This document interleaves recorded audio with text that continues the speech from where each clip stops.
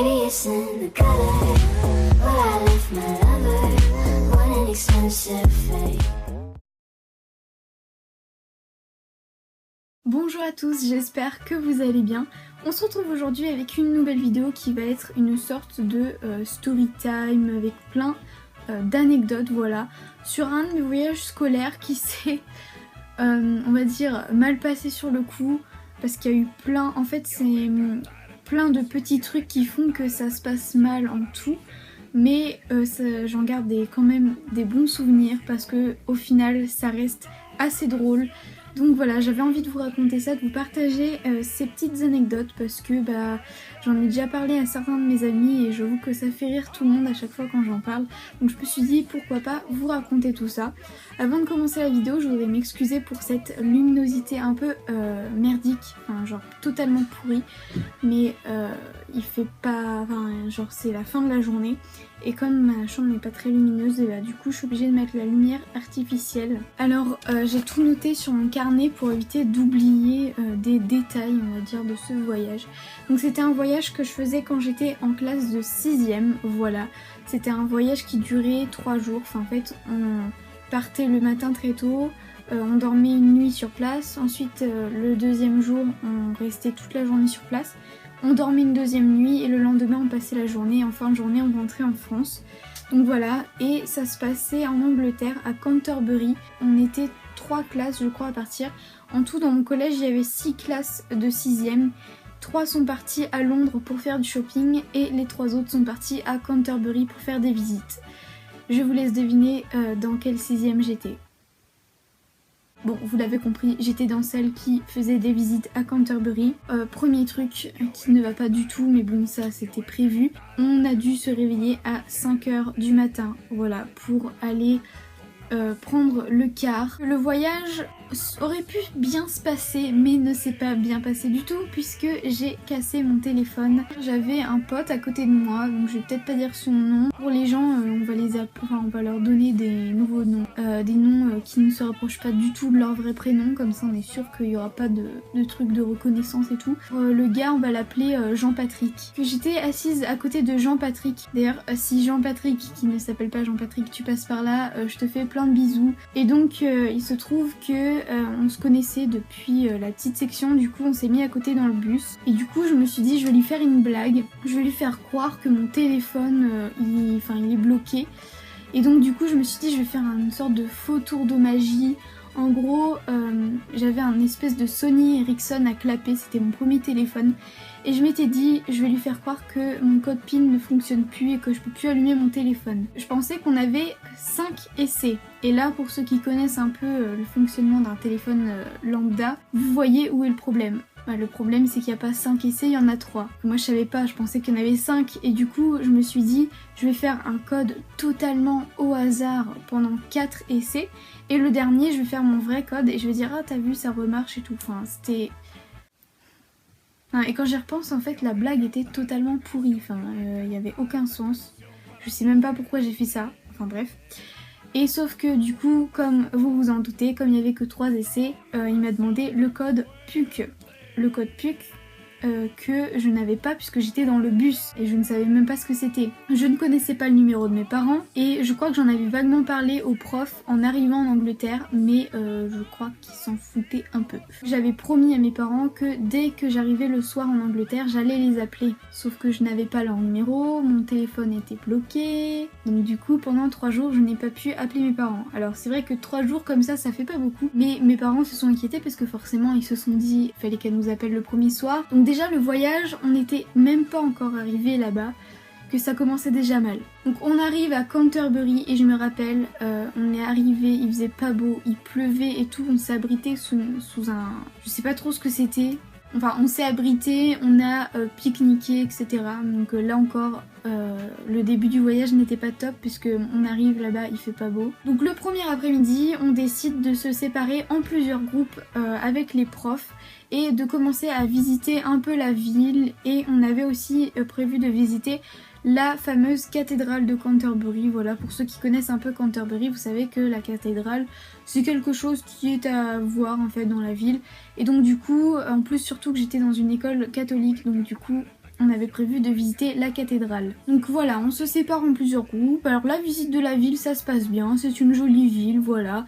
On apprend qu'on va avoir des quartiers libres pour faire du shopping, alors là on est tous hyper contents. Et vient le moment de faire la visite de la cathédrale, donc voilà, on visite la cathédrale.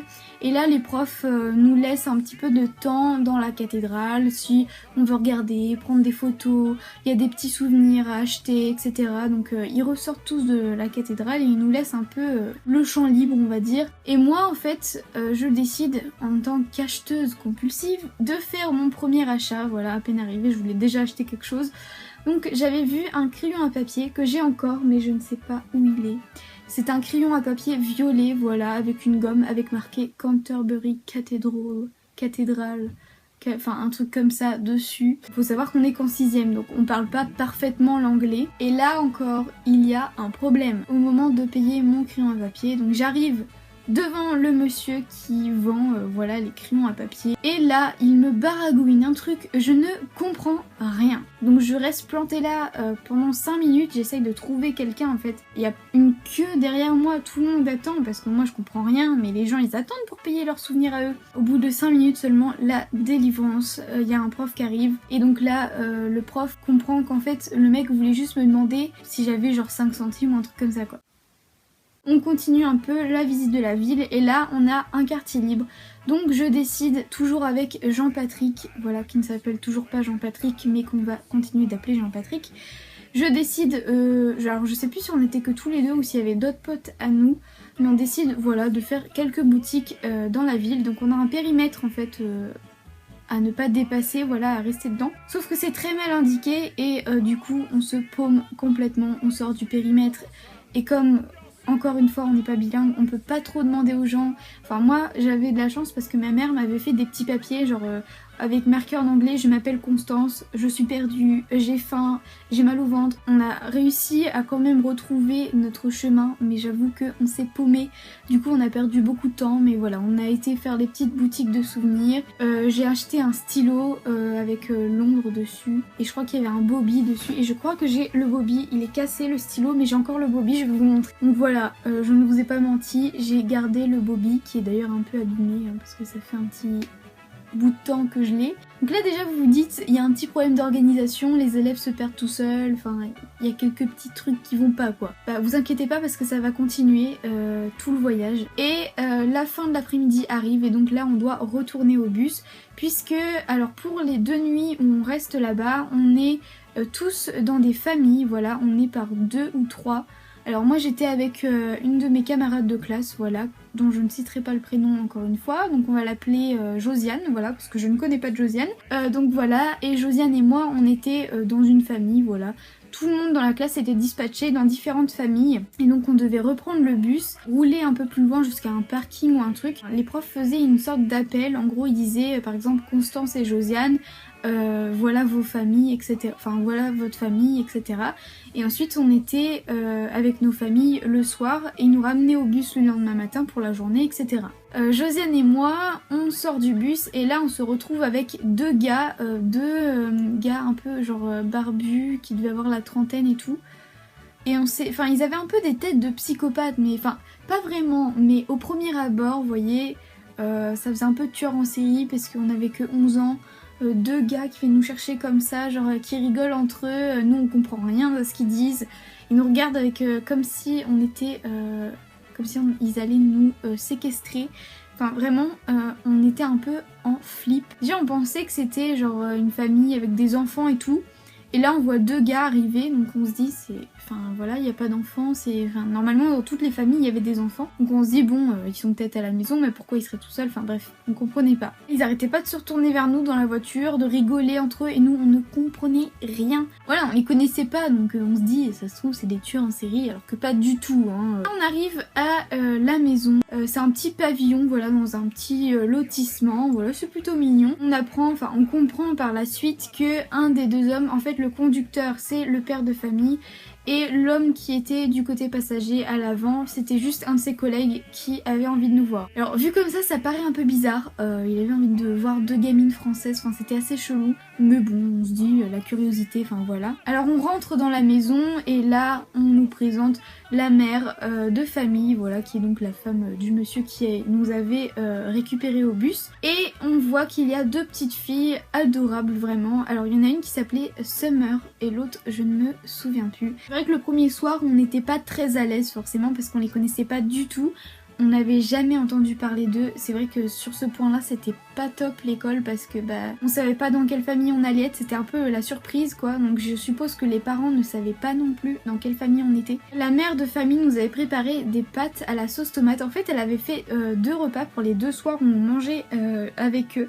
Ils avaient fait des repas qui étaient, comment dire, des repas qu'on mangeait aussi en France exprès pour pas qu'on soit dépaysé au niveau des aliments. Donc ça j'ai vraiment trouvé ça hyper cool. Donc le premier soir j'ai pas mangé parce que j'étais contrariée du fait que mon téléphone était cassé etc. et qu'il m'était arrivé déjà plein de mésaventures dans la première journée. J'étais pas au bout de mes peines hein, autant le dire. Donc du coup après ce repas on décide de défaire nos valises etc. et d'aller prendre nos douches avant de redescendre leur dire bonne nuit, enfin bonne soirée, de remonter etc. pour se coucher parce que le matin on devait se lever tôt. C'était une petite chambre voilà, on avait un lit superposé et il y avait une commode, une chaise où moi j'avais posé mon sac à dos et vient le moment de la douche et on ne sait pas quoi faire parce que on veut aller prendre nos douches évidemment, on n'a pas envie de rester crado, pas prendre nos douches pendant 3 jours mais on veut pas rester toute seule dans la chambre parce qu'on se dit s'ils viennent nous parler, on sait pas parler anglais, enfin voilà. Ensuite on redescend après nos douches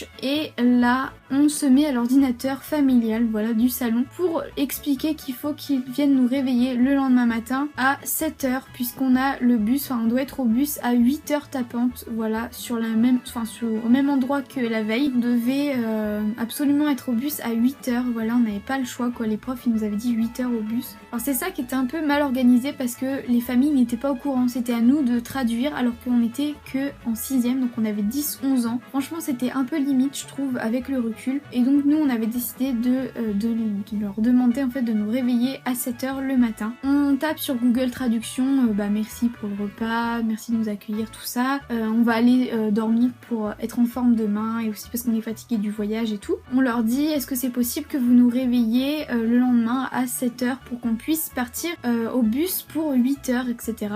Donc ils nous répondent par Google Traduction toujours oui pas de souci on vous réveille à 7h etc. Là on va se coucher et le lendemain matin, alors je ne sais absolument pas quelle heure il est puisque je n'ai pas de réveil et mon téléphone est éteint évidemment. Je suis réveillée par Josiane qui me dit Constance réveille-toi il est 7h45 et après on a capté, alors moi je dormais profondément du coup je m'en suis pas rendu compte.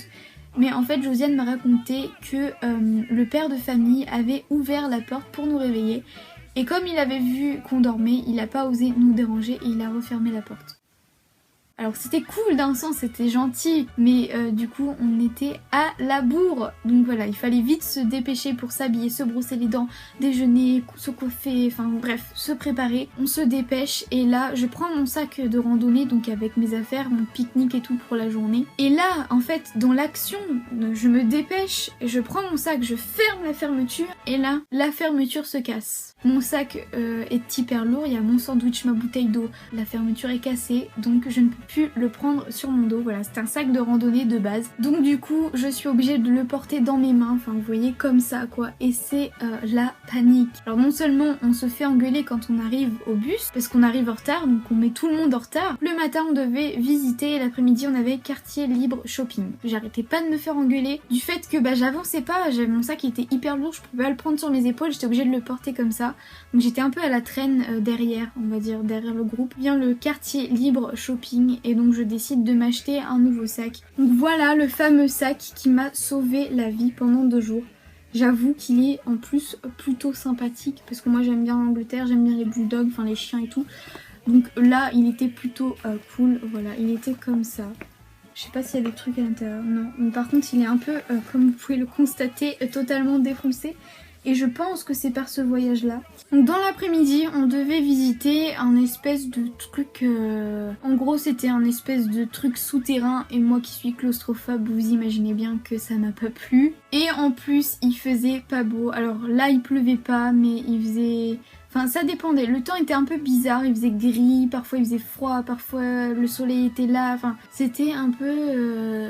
Voilà. Et donc le deuxième soir on est rentré, heureusement il n'y a pas eu d'incompréhension le lendemain. Le soir ils nous ont fait une salade composée avec de la salade, des tomates, des pommes de terre, enfin vraiment c'était très bon. Et ce soir là j'ai mangé d'ailleurs. Et le lendemain le père de famille nous a ramenés au bus. La veille ils avaient regardé Britain's Got Talent, ça m'a marqué, enfin voilà je vous le dis, ça n'a aucun intérêt mais je vous le dis quand même. Et donc voilà, nous on était restés dans notre chambre et on avait aussi fait de la lecture aux deux petites filles qui étaient absolument trop mignonnes, voilà. Le lendemain, donc on leur avait donné de la confiture, enfin des trucs normands quoi, et des trucs français surtout.